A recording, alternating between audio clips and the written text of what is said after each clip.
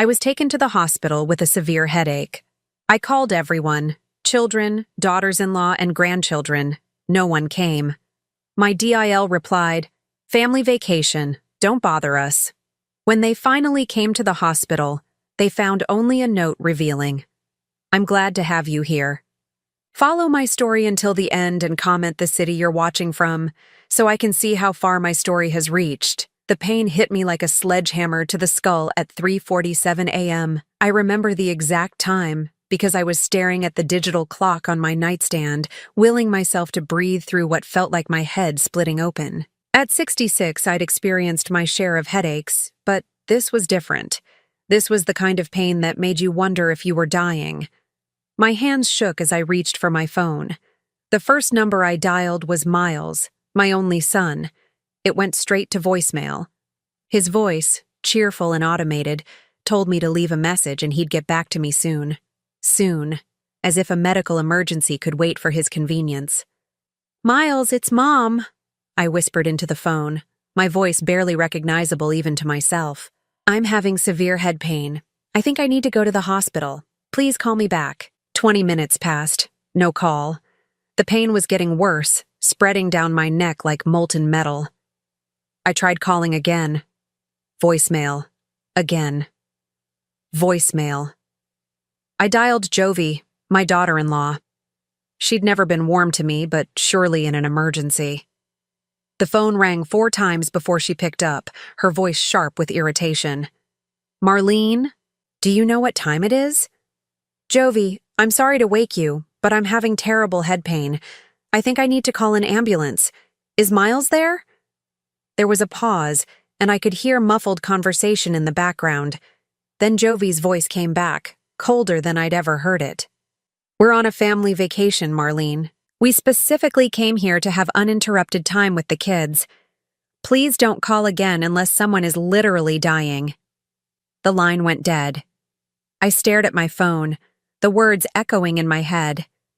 Family vacation. The grandchildren I helped raise. The son I'd sacrificed everything for. Were on a family vacation. And I wasn't family enough to be included, or even worthy of concern when I might be dying. I called 911 myself. The paramedics found me on my kitchen floor, having collapsed while trying to make it to the front door. The ride to the hospital was a blur of sirens and concerned voices asking me questions I could barely focus on answering. Did I have emergency contacts? Yes, I gave them Miles's number. Any other family? Just him and his wife. At the emergency room, they ran test after test. CT scan, blood work, neurological exams. The doctor, a kind woman about my age named Dr. Peterson, sat beside my bed with results I couldn't quite process through the medication they'd given me for pain. "Mrs. Hartwell, you've experienced what we call a severe tension headache, possibly triggered by extreme stress. Your blood pressure was dangerously high when you arrived. We're going to keep you overnight for observation." I nodded numbly. "Did anyone call my son back?" Dr. Peterson's expression softened with sympathy. "The nurse tried the number you gave us several times. No answer." That's when it truly hit me. I was alone. Completely, utterly alone. The hospital room was quiet except for the rhythmic beeping of monitors and the distant sounds of the hallway. I lay there in the dim light, staring at the ceiling tiles and thinking about how I'd ended up here. When had I become so disposable to the people I loved most? A nurse named Maria came to check on me around midnight. She was probably in her 40s, with kind eyes and gentle hands as she adjusted my IV. "Are you comfortable, Mrs. Hartwell? Do you need anything for pain? Have there been any calls for me?" Maria shook her head sympathetically. "I'm sorry, honey, but you try to get some rest. Sometimes family doesn't know how to handle these situations, but I knew better. This wasn't about not knowing how to handle it. This was about not caring enough to try. I must have dozed off, because the next thing I knew, sunlight was streaming through the window and a different nurse was bringing me breakfast. My phone sat silent on the bedside table. No missed calls. No text messages. Nothing. As I picked at the hospital eggs, a terrible clarity began to settle over me. This wasn't an aberration. This was the truth of my relationship with my son and his family, stripped of all the pretty lies I'd been telling myself for years. They didn't need me. They never had. I was just the convenient grandmother who babysat when they wanted date nights, the reliable mother who helped with down payments and emergencies, the dependable woman who asked for nothing in return except to be included, to be loved, to matter. But I didn't matter, not to them. The realization should have broken me. Instead, something unexpected happened. For the first time in years, maybe decades, I felt a strange sense of clarity. The fog of constant people-pleasing and desperate hope lifted, and I could see my life with brutal honesty. I had been living for other people's approval for so long that I'd forgotten who I was underneath all that servitude. I'd given away pieces of myself until there was almost nothing left. Almost, but not quite nothing. Not yet. When Dr. Peterson came for her rounds, she found me sitting up in bed, more alert than I'd been since arriving. "How are you feeling this morning, Mrs. Hartwell?" "Different," I said honestly. "Doctor, when you have a patient with no family support, what do you recommend?" She studied my face carefully. "Are you asking hypothetically?" "No. I'm asking because I think I'm about to become that patient." Dr. Peterson pulled up a chair beside my bed. "Mrs. Hartwell, I've been practicing medicine for 23 years. I've seen a lot of family dynamics. What I can tell you is that you can't control how other people treat you, but you can control how you respond to it. And if I'm tired of responding by pretending it doesn't hurt, then maybe it's time to stop pretending." As she left the room, I reached for the pen and notepad the hospital had provided. My hand was steady now, steadier than it had been in months. I had some serious thinking to do, and for the first time in my adult life, I was going to think about what I wanted, not what everyone else needed from me. The family vacation would end eventually. Miles and Jovi would come back, probably expecting to find the same agreeable, available mother and grandmother they'd left behind. They were going to be very surprised. The memories came flooding back as I lay in that hospital bed, each one a piece of a puzzle I'd been too close to see clearly. How had I become the family ATM without even realizing it? It started slowly, as these things always do. When Miles first brought Jovi home 8 years ago, I was thrilled. My son, 32 and finally settling down with a beautiful, ambitious woman who seemed to adore him. I wanted so desperately to be the mother-in-law I'd never had. Supportive, helpful, but not intrusive. Jovi was smart about it. She never asked for money directly, never made demands. Instead, she painted pictures of dreams just slightly out of reach. Their first apartment was almost perfect, but just a little over budget. Their wedding would be exactly what we want, if only we could afford the venue we really love. I wrote check after check, telling myself I was investing in their happiness. When they bought their first house, I contributed $20,000 toward the down payment. "Just a loan, Mom," Miles had said, hugging me tight. "We'll pay you back as soon as we're settled." That was 7 years ago. The loan was never mentioned again. When little Emma was born, I was over the moon. My first grandchild, a perfect little girl with Miles's eyes and my stubborn chin. I volunteered to help with childcare, driving the 40-minute round trip to their house 3 times a week so Jovi could go back to work part-time. "You're such a lifesaver, Marlene," Jovi would say, already grabbing her purse as I walked through the door. "Emma just went down for her nap. There are bottles in the fridge. I'll be back around 5.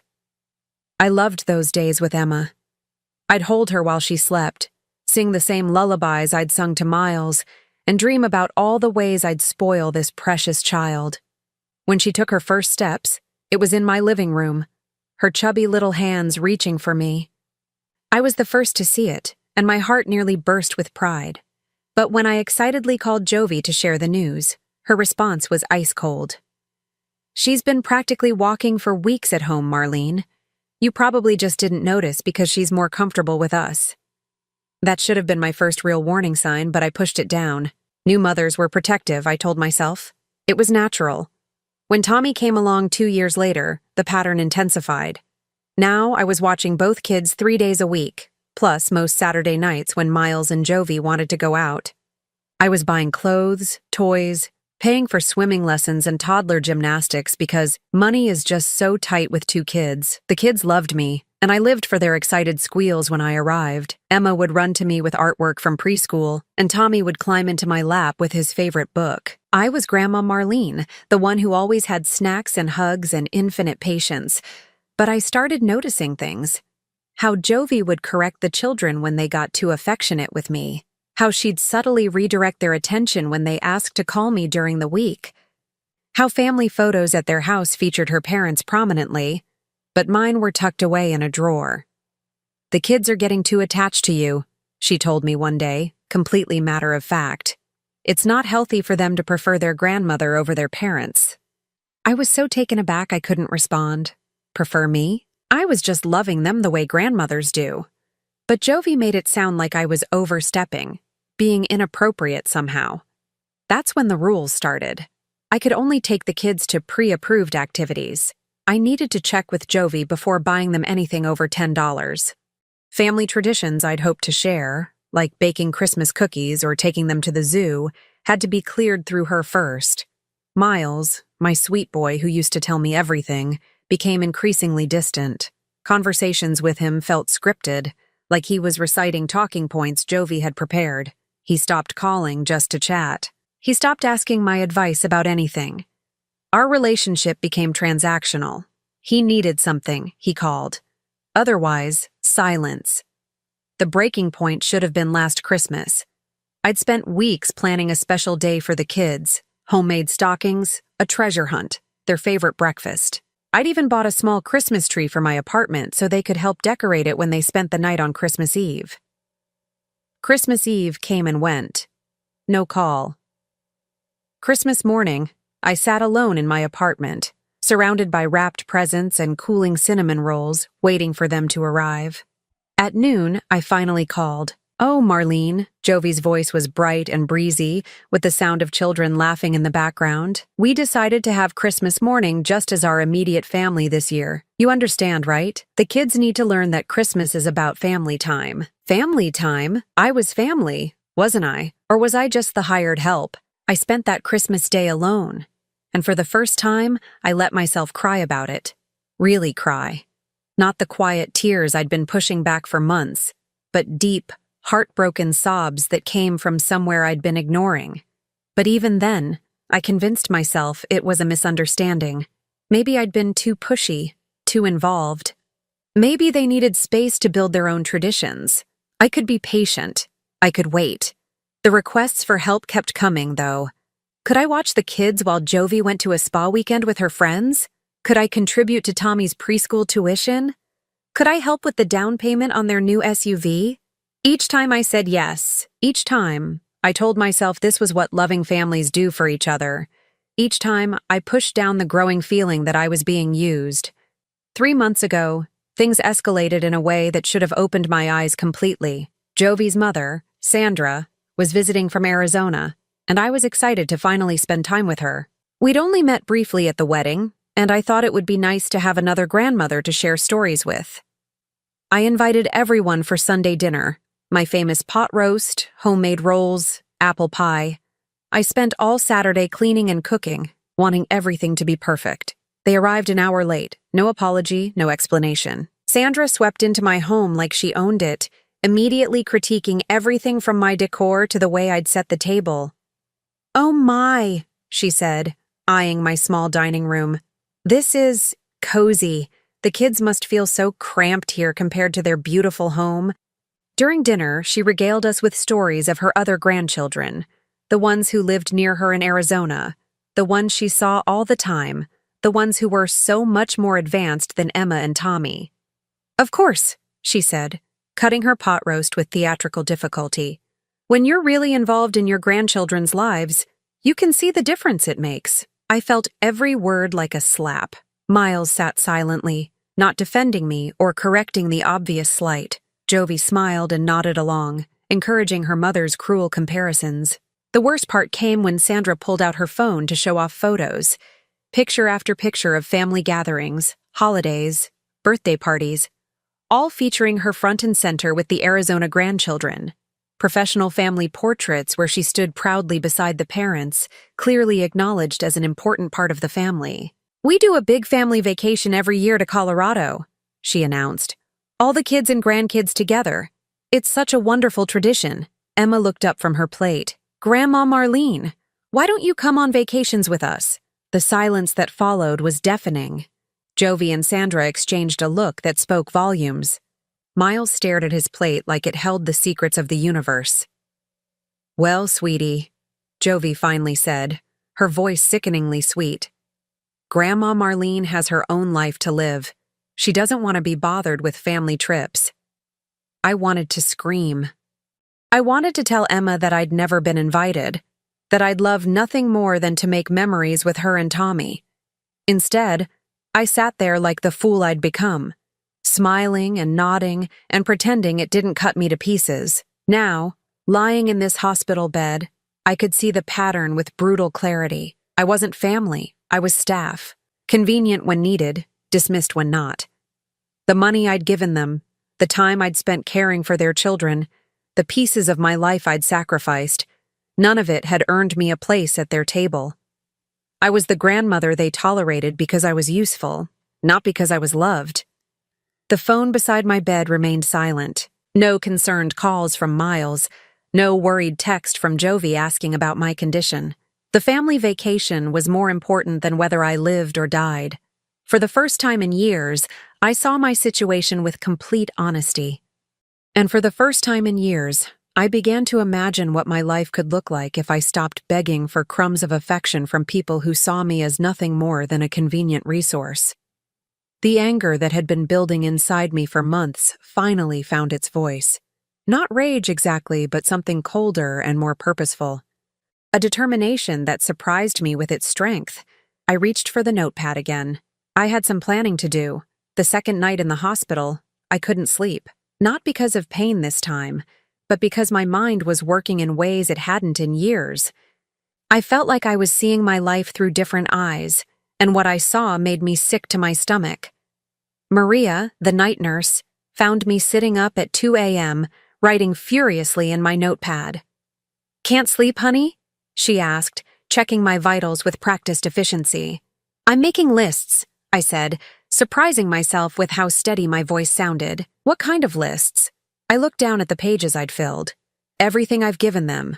Everything I've done for them. Everything I'll never do again. Maria paused in her work, studying my face. Family troubles? Family realizations.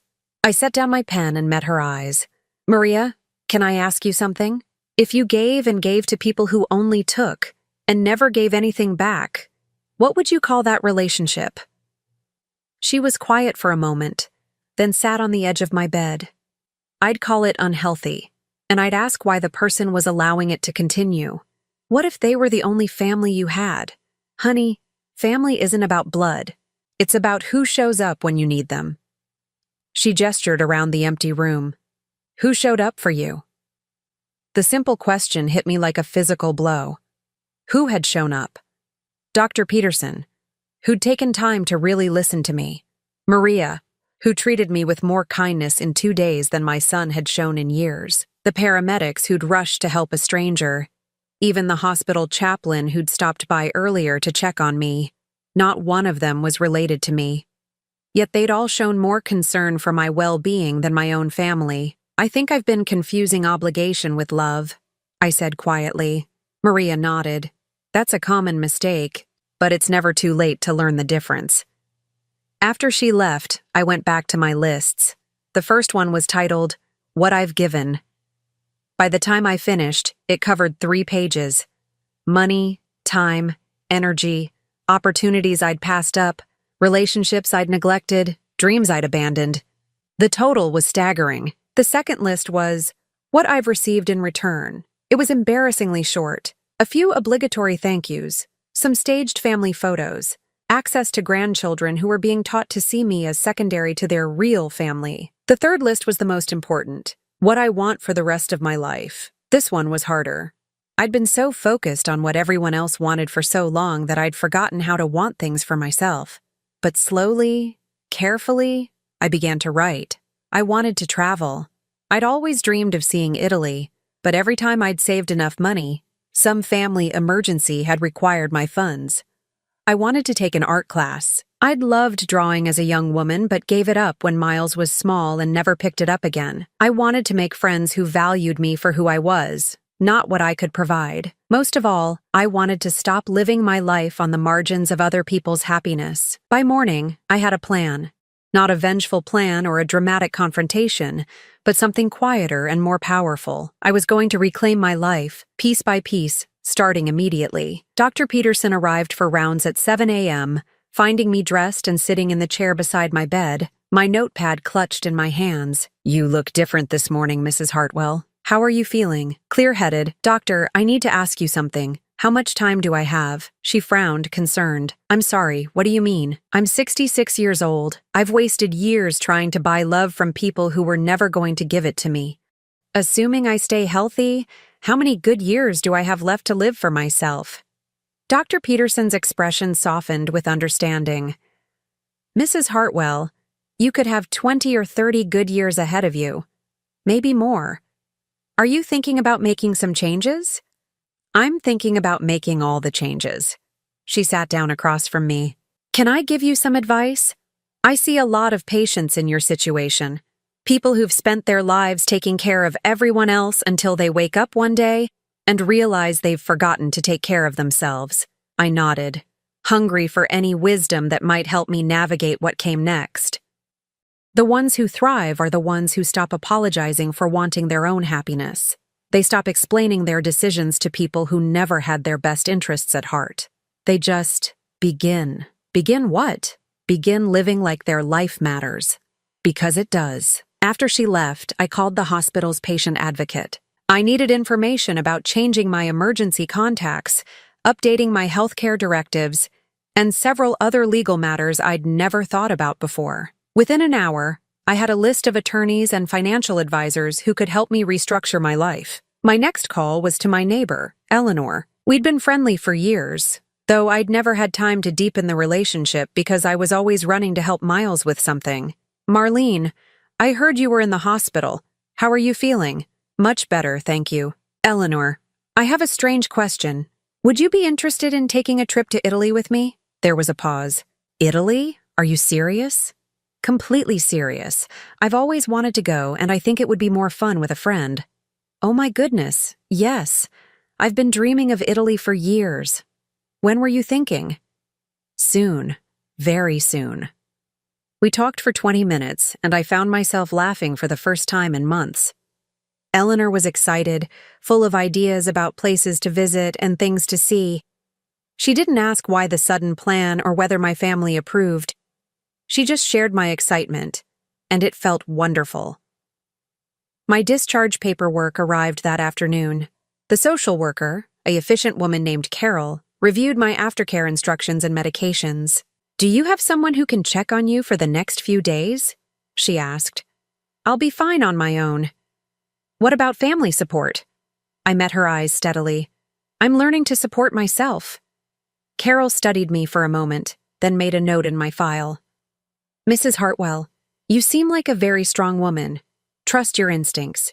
As I gathered my few belongings, I felt lighter than I had in years. The headache was gone, my blood pressure was normal, and for the first time in decades, I felt like I was in control of my own life. I took a taxi home instead of calling Miles. The ride gave me time to look at my neighborhood with fresh eyes. I'd lived in the same house for 15 years, ever since my divorce, but I'd never really appreciated it.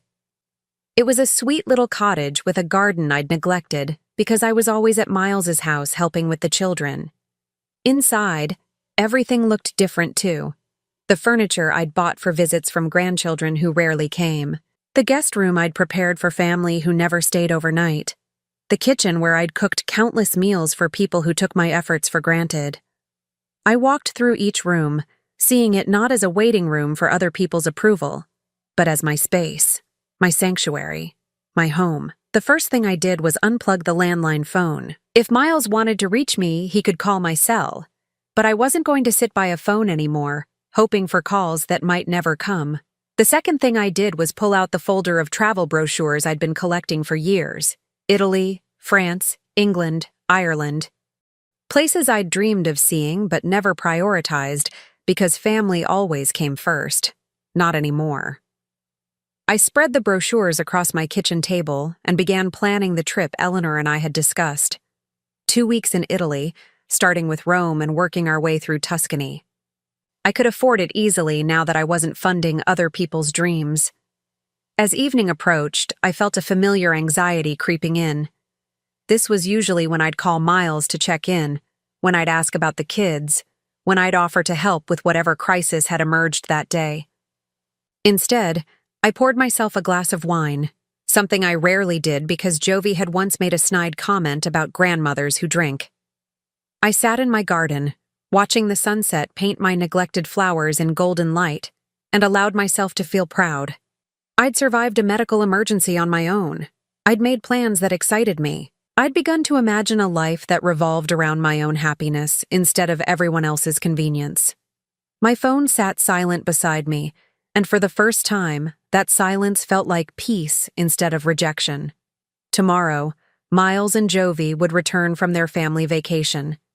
Tomorrow, they'd probably expect to find the same accommodating mother and grandmother they'd left behind. Tomorrow, they were going to discover that I was no longer available for that role. The position had been permanently eliminated.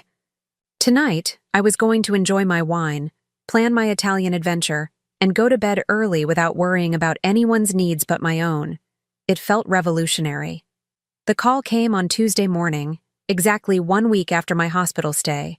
I was in my garden, actually gardening for the first time in years, when my phone rang. Miles's name appeared on the screen, and I felt the familiar lurch in my stomach that his calls always provoked. For a moment, I considered not answering, but curiosity won out. I wanted to hear what he had to say after a week of radio silence during my medical crisis. "Hi, Miles. Mom, we just got back from Cabo. It was incredible. The kids had such a blast at the resort." His voice was bright and cheerful, as if nothing had happened. "How have you been?" I sat back on my heels, dirt still under my fingernails, and marveled at his complete obliviousness. "I've been in the hospital, Miles." "What? When? What happened?" The concern in his voice might have fooled me a week ago. Now it just sounded hollow, performative. "Last Tuesday night. Severe headache, dangerously high blood pressure. I was there for 2 days. "Oh my God, Mom, why didn't you call me?" I almost laughed. "I did call you, multiple times. You didn't answer. We were on vacation, Mom. You know how spotty cell service can be at resorts. I also called Jovi.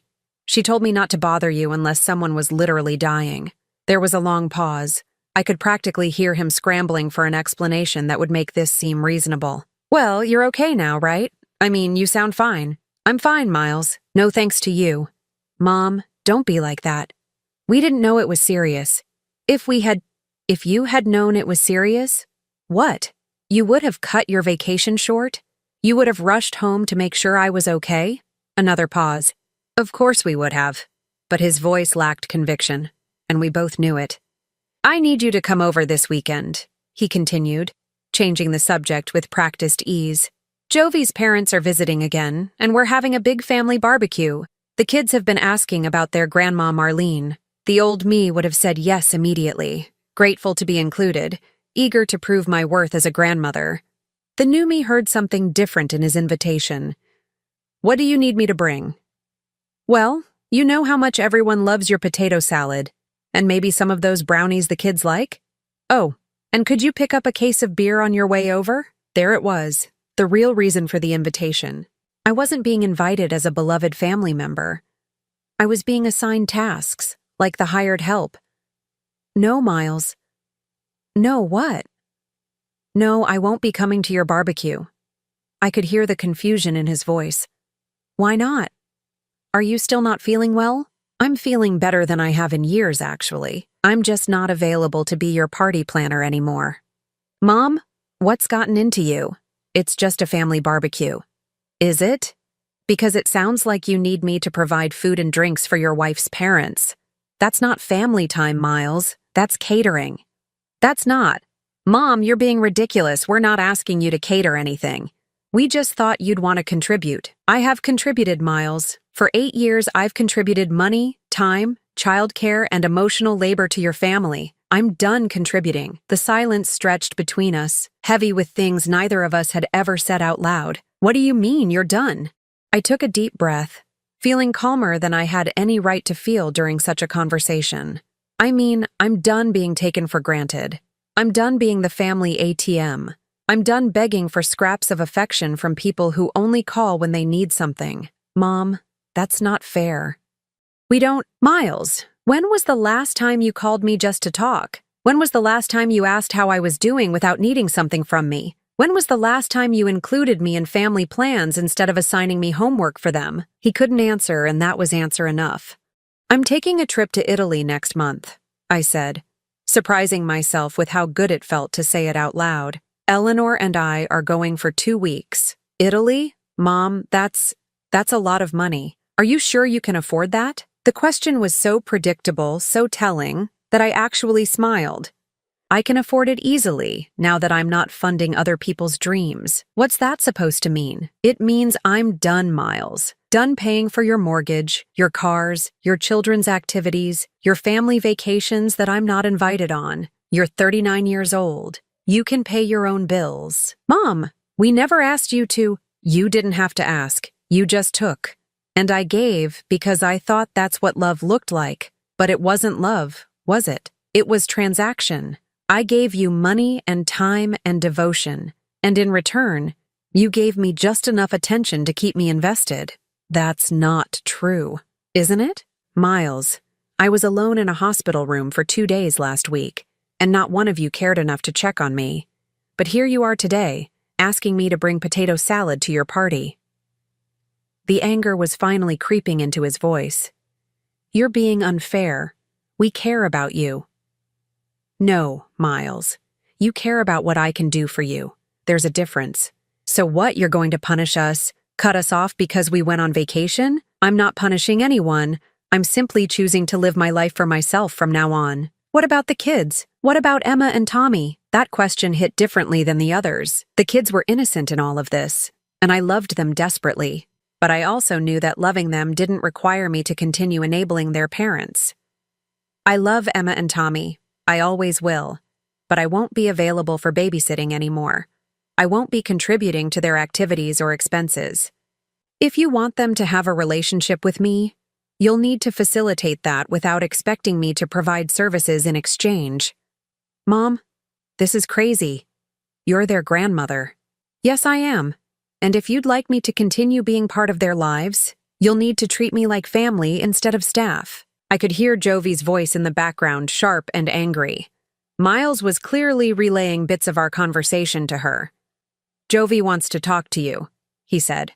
I'm sure she does, but I'm done talking for today. Miles, I love you. I always have.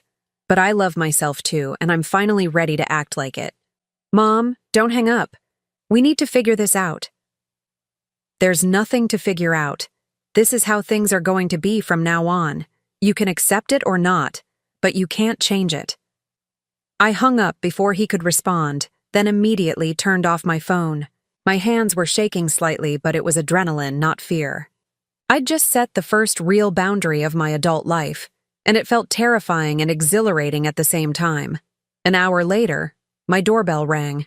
I looked through the peephole and saw Miles standing on my porch, his face flushed with anger. Jovi was beside him, her arms crossed and her expression thunderous. I considered not answering, but this conversation needed to happen eventually, and I was as ready for it as I'd ever be. Hi, Miles. Jovi. I kept the door partially closed, not inviting them in. Mom, we need to talk about this, Miles said, his voice tight with barely controlled frustration. I think I've said everything I need to say. Jovi stepped forward, her voice sickeningly sweet. Marlene, I think there's been a misunderstanding. We're family. Family works things out. Are we family, Jovi? Because family members generally show concern when someone is hospitalized. Family members include each other in important events. Family members don't treat each other like hired help. Her mask slipped slightly. You're being dramatic. So we went on vacation and didn't check our phones constantly. That doesn't mean we don't care. You didn't just not check your phones. You specifically told me not to call unless someone was literally dying. Well, I could have been dying, and you didn't care. Miles jumped in. Mom, we care. Of course we care. But you can't expect us to drop everything every time you have a headache. A headache? I stared at him in disbelief. Miles, I was hospitalized for 2 days with dangerously high blood pressure. This wasn't a headache. This was a medical emergency. But you're fine now, Jovi said dismissively. So what's the big deal? That question crystallized everything for me. These people who I'd sacrificed so much for genuinely couldn't understand why being abandoned during a medical crisis was a big deal. The big deal, Jovi, is that I finally see clearly. I see that I've spent 8 years trying to buy my way into a family that never wanted me in the first place. That's not true, Miles protested, but his voice lacked conviction. Isn't it? Miles, answer me honestly. If I stopped giving you money, stopped babysitting, stopped providing services, would you still want me in your life? The pause before his answer told me everything I needed to know. Of course we would. But Mom, relationships are about give and take. You're right. They are. And for 8 years, I've given and you've taken. It's time for that to change. Jovi's patience finally snapped. You're being selfish, Marlene. The children need their grandmother. The children need a grandmother who's valued for who she is, not what she provides. They need to see healthy relationships modeled for them. What they don't need is to watch their parents exploit someone who loves them. Exploit? Miles's voice rose. Mom, we never exploited you. Everything you did, you offered to do. You're right. I did offer, because I was desperate for your love and acceptance, and I thought if I just gave enough, did enough, sacrificed enough, you'd finally see me as worthy of being included in your family. I took a breath, feeling remarkably calm despite the intensity of the conversation. But I don't need to earn love anymore. I'm going to Italy with Eleanor. I'm taking art classes. I'm going to live the life I put on hold while I waited for you to decide I was good enough. So that's it? Jovi's mask was completely gone now, her voice sharp with anger. You're just going to abandon your responsibilities? My only responsibility is to myself. You're both adults. You can handle your own responsibilities. They left angry, and I knew they'd be back. But for the first time in years, I wasn't afraid of their anger. I wasn't going to try to fix it or smooth it over or find a way to make them happy with me again. I was finally free. The harassment started the next day. At first, it was just phone calls. Miles would call every few hours, his tone alternating between angry and pleading. When I stopped answering, Jovi took over, leaving voicemails that grew increasingly desperate and manipulative. Marlene, this is ridiculous. The children are asking where Grandma Marlene is. Do you really want to hurt innocent children because you're having some kind of midlife crisis? I deleted each message without fully listening. But by Thursday, they'd escalated. I was in my garden again, transplanting some roses I'd neglected for years, when my neighbor Eleanor appeared at the fence between our yards. Marlene, honey, is everything okay? There's been a strange woman sitting in a car outside your house for the past 2 hours. I looked toward the street and saw Jovi's silver SUV parked across from my driveway. She was sitting in the driver's seat, talking animatedly on her phone, occasionally gesturing toward my house. It's my daughter-in-law, I said, brushing dirt from my hands. We're having a disagreement. Eleanor frowned. She's been taking pictures of your house, and she followed you to the grocery store yesterday. I saw her in the parking lot when I was leaving. A chill ran down my spine. I'd noticed the SUV yesterday but thought it was coincidence. The idea that Jovi was actually following me, documenting my activities, felt invasive and slightly menacing. Eleanor, if you don't mind me asking, do you have a security camera on your front porch? Yes. Why? Would it capture anyone coming to my front door? Absolutely. Marlene, are you in some kind of trouble? I looked at my kind neighbor, this woman who'd shown me more genuine concern in the past week than my own family had in years. I don't know yet, but I might need to ask a favor soon. That evening, the doorbell rang at 8 p.m.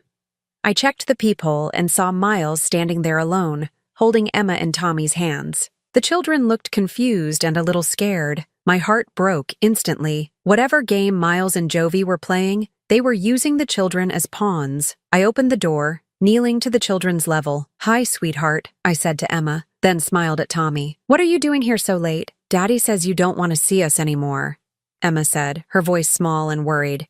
"Did we do something bad?" I looked up at Miles, fury building in my chest. "You told them what?" "I told them the truth. That Grandma Marlene is too busy with her new life to spend time with family."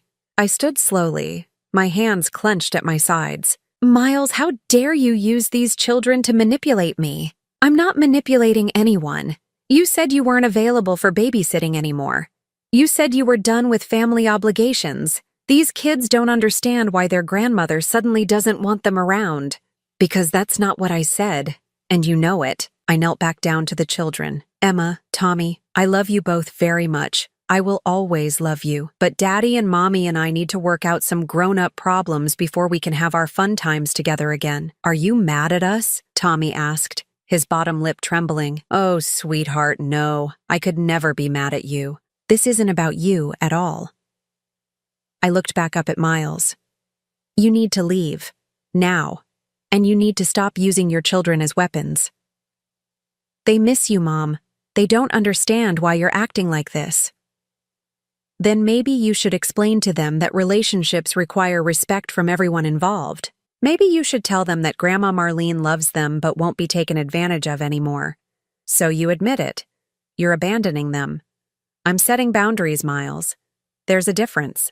After they left, I called my attorney. The consultation I'd scheduled for next week suddenly felt too far away. Friday morning brought a new development. I was getting ready for my art class, something I'd been looking forward to all week, when Eleanor knocked on my door. "Marlene, I think you need to see this." She handed me a piece of paper she'd printed from her computer. "Someone's been posting things about you online." I stared at the Facebook post, feeling sick to my stomach. It was from Jovi's account, and it had been shared dozens of times. "Heartbreaking situation with my mother-in-law. After everything our family has done for her over the years, she's decided to cut us off completely. She won't even see her own grandchildren anymore. We're trying to understand what we did wrong, but she won't talk to us. Please keep our family in your thoughts during this difficult time." The comments were brutal.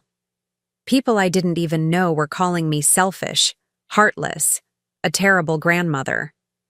Several people had shared their own stories of ungrateful elderly family members who'd turned on their families. "There's more," Eleanor said gently. She posted photos of the children looking sad, saying they keep asking where Grandma Marlene went. I handed the paper back to Eleanor, my hands shaking with rage. She's trying to publicly shame me into compliance. "What are you going to do?" "I'm going to my art class, and then I'm going to talk to my lawyer." The art class was exactly what I needed. For 3 hours, I lost myself in watercolors and charcoal, surrounded by other people who were there simply because they wanted to create something beautiful. Nobody knew about my family drama. Nobody needed anything from me except my presence and participation. My instructor, Patricia, was a woman about my age who'd started painting after her retirement. During the break, she sat beside me as I worked on a landscape. "You have a natural eye for color," she said. "Have you painted before?" "Not since I was young. I always meant to get back to it, but life got in the way." Life has a way of doing that. But it's never too late to reclaim the things that bring us joy. Her words stayed with me as I drove to the lawyer's office that afternoon. David Morrison was the kind of attorney I'd never imagined needing, someone who specialized in family harassment and elder abuse. His office was warm and professional, and his manner was both kind and businesslike. "Mrs. Hartwell, I've reviewed the materials you sent over, the financial records, the social media posts, the documentation of the stalking behavior. This is unfortunately more common than you might think. Is what they're doing illegal? Some of it is in a gray area. The following, the taking pictures of your property, the online harassment, these could potentially constitute stalking or cyberbullying, depending on how far they escalate. But more importantly, you have every right to set boundaries with your family, regardless of what they're posting online. What can I do to protect myself?" Several things. First, I recommend getting a security system for your home. Document everything. Every unwanted visit, every harassing phone call, every social media post. Keep a detailed log with dates and times. He handed me a folder. I'm also going to draft a cease and desist letter. This will formally notify them that any further harassment, stalking, or attempts to contact you against your wishes could result in legal action. Won't that just make them angrier? Probably. But it will also make it clear that you're serious about your boundaries, and it creates a legal paper trail if we need to pursue restraining orders later. The weekend was blissfully quiet.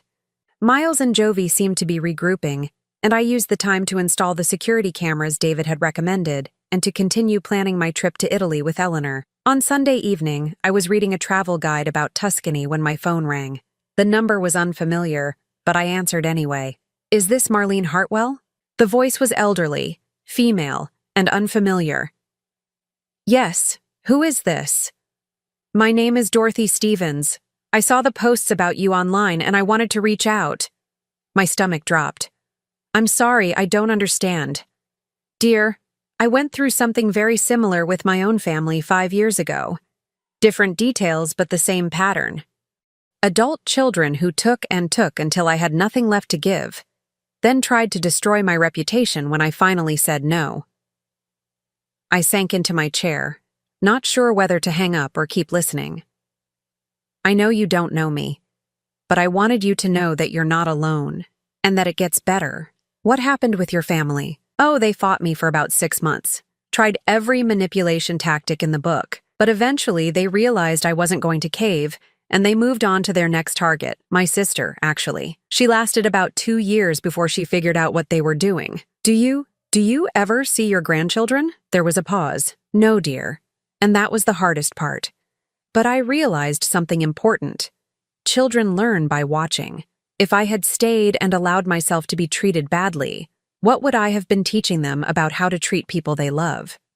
After Dorothy hung up, I sat in my living room thinking about her question. What had I been teaching Emma and Tommy all these years? That love meant allowing yourself to be used? That family could treat you however they wanted as long as they occasionally included you? Maybe stepping away, as painful as it was, would teach them something more valuable in the long run. Monday morning brought the cease and desist letter. David called to let me know it had been delivered. I expect they'll respond within a few days, he said. Be prepared for them to escalate before they back down. He was right. By Wednesday, my security cameras had captured Miles trying to peek in my windows. Jovi had created a fake Facebook account to send me harassing messages. And someone, probably Miles, had left a bag of garbage on my front porch with a note that said, "This is what you are." I documented everything, just as David had instructed. And with each incident, my resolve grew stronger. They thought they could break me down, force me back into compliance through sheer exhaustion and social pressure. They thought I'd cave rather than endure their campaign of harassment. They were wrong. For the first time in my life, I had something worth fighting for. My own dignity, my own peace, my own right to be treated with basic human respect. And I wasn't giving that up for anyone. 6 months later, I stood on a terrace in Tuscany, watching the sun set over rolling hills dotted with olive trees. Eleanor was beside me, both of us holding glasses of Chianti and laughing about our attempt to order dinner in broken Italian. I can't believe we actually did this, Eleanor said, her face glowing with happiness and wine. When you first suggested this trip, I thought you were having some kind of breakdown. Maybe I was, I said, thinking about the woman I'd been just half a year ago. The best kind of breakdown. The harassment from Miles and Jovi had continued for about 3 months after the cease and desist letter. They'd tried everything. Showing up at my house with the children, sending flying monkeys in the form of distant relatives to guilt me, even attempting to report me to Adult Protective Services for elder abuse against myself. That last one had backfired spectacularly.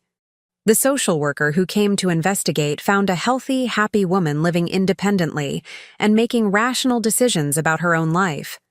She'd actually ended up recommending resources for me to protect myself from family harassment. The turning point came when Dorothy Stevens, the woman who'd called to support me, introduced me to a small group of women who'd all experienced similar situations with their families. We started meeting monthly, just for coffee and conversation, but it became a lifeline.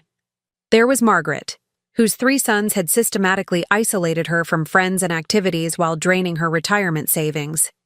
There was Patricia from my art class, who'd discovered that her daughter had been forging her signature on checks for years. There was Alice, whose son-in-law had convinced her daughter that Alice was too negative and needed to be cut off from the grandchildren unless she became more supportive of their choices. What we all had in common was that we'd been trained from childhood to believe that family loyalty meant accepting mistreatment. We'd all confused enabling with love, sacrifice with devotion. "You know what I realized?" Margaret had said during one of our coffee meetings. "I spent so much time trying to be the mother they wanted that I forgot to be the woman I needed to be." That sentence had stuck with me through everything that followed. The social media campaign against me eventually died down when people started asking uncomfortable questions about why adult children would publicly shame their elderly mother instead of handling family issues privately. A few of my old friends reached out after seeing the posts, and I was surprised to discover that several of them had suspected Miles and Jovi of using me but hadn't known how to bring it up. "We could see you getting smaller and smaller," my friend Janet told me over lunch. "Like you were disappearing into their needs and demands. We worried about you, but every time we tried to say something, you'd defend them." She was right. I had defended them, even when their behavior was indefensible, because admitting the truth would have meant facing how completely I'd lost myself. The real breakthrough came when Emma, now 8 years old, somehow got my phone number and called me directly. "Grandma Marlene, why don't you come to see us anymore?" My heart had nearly broken. "Oh, sweetheart, it's complicated grown-up stuff." "Are you mad at Mommy and Daddy?" I'd thought carefully before answering. "I'm not mad, Emma, but sometimes grown-ups need to have space from each other to work out their feelings." "Mommy says you don't love us anymore." The cruelty of that lie had taken my breath away. "Emma, I want you to listen to me very carefully. I love you and Tommy more than you can possibly understand. I will always love you. But loving someone doesn't mean letting them treat you badly." "I don't understand." "Someday when you're older, you will. And when you do, I hope you'll remember that Grandma Marlene chose to love herself too." After that conversation, I'd made a decision that surprised even me. I'd hired David Morrison to help me establish a trust fund for Emma and Tommy's college education, money that would be available to them when they turned 18, regardless of their parents' behavior. "I want to make sure they have options," I'd explained to David. "And I want them to know that their grandmother thought their future was important, even if I can't be part of their childhood." Now, 6 months later, I was living a life I'd never imagined possible. The art classes had led to a small showing of my work at a local gallery. I'd sold 3 paintings, not for life-changing money, but for the pure joy of knowing that someone else found beauty in something I'd created. Eleanor and I had become true friends, not just neighbors. We took day trips to museums, tried new restaurants, attended lectures at the community college. I'd joined a hiking group and discovered I actually enjoyed physical challenges when they weren't being imposed on me by other people's demands. My health had improved dramatically. The headaches were gone, my blood pressure was normal, and I slept better than I had in years. My doctor said I looked like a different person, younger, more energetic, genuinely happy. "It's amazing what happens when you remove chronic stress from your life," she'd observed during my last checkup. The house felt different too. I'd redecorated, getting rid of furniture I'd bought with other people's comfort in mind, and replacing it with things I actually liked. The guest room was now my art studio. The kitchen table where I'd once sat waiting for phone calls was now covered with travel brochures and art supplies. I'd even started dating, something I'd never thought I'd do at 66. Richard was a widower I'd met in my hiking group, a gentleman who'd also learned the hard way that sometimes you have to choose between people-pleasing and self-respect. "The thing about having difficult adult children," he'd told me over dinner last week, "is that you spend so much energy trying to fix the relationship that you forget there are other relationships possible." He was right. I'd been so focused on earning love from people who were incapable of giving it that I'd missed opportunities for genuine connection with people who actually valued me. On our last day in Italy, Eleanor and I took a cooking class in a small village outside Florence. Our instructor, a woman named Lucia who was probably my age, told us about her philosophy of cooking. "You must cook with amore," she said, gesturing expressively. "But amore for yourself first. If you do not value what you create, how can you share it with others?" That evening, as we sat in our hotel room packing for the flight home, Eleanor looked at me seriously. "Marlene, can I ask you something? Do you ever regret it? Walking away from your family?" I thought about her question as I folded the beautiful scarf I'd bought in Rome. An indulgence I'd allowed myself without guilt for the first time in years. "I regret that it was necessary," I said finally. "I regret that Miles learned to see love as transaction, and that Jovi never learned to value people for who they are instead of what they provide. I regret that Emma and Tommy are growing up watching their parents treat people badly." I paused, looking at the photos from our trip scattered across the bed. "But I don't regret choosing myself. I don't regret discovering that I'm worth more than what I can give to other people."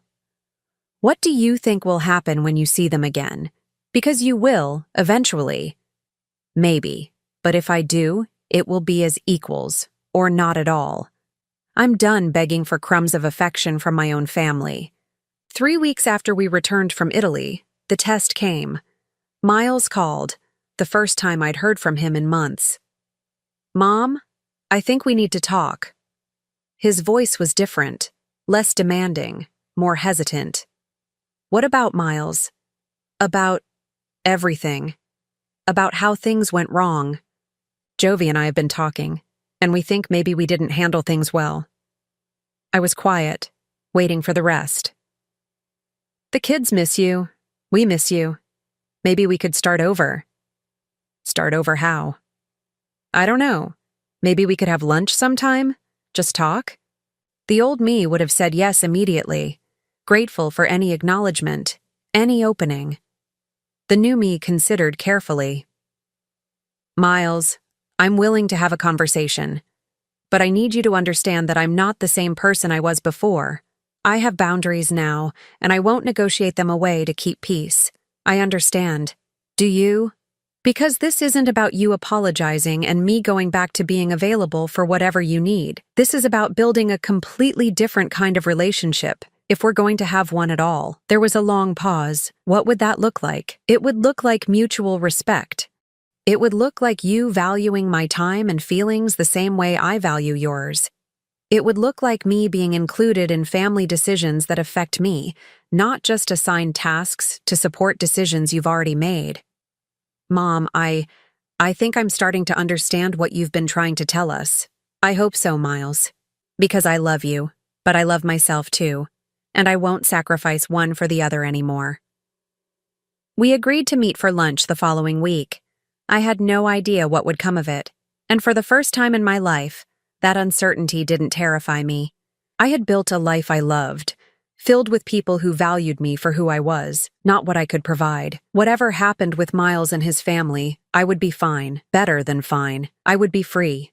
As I hung up the phone, I looked around my art studio, at the paintings I'd created, the travel photos on the walls, the evidence of a life lived for my own joy and fulfillment. At 66, I'd finally learned to love myself enough to demand that others do the same, and it had made all the difference. Now I'm curious about you who listened to my story.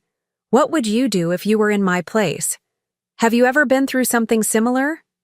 Comment below, and meanwhile, I'm leaving on the final screen 2 other stories that are channel favorites, and they will definitely surprise you. Thank you for watching until here.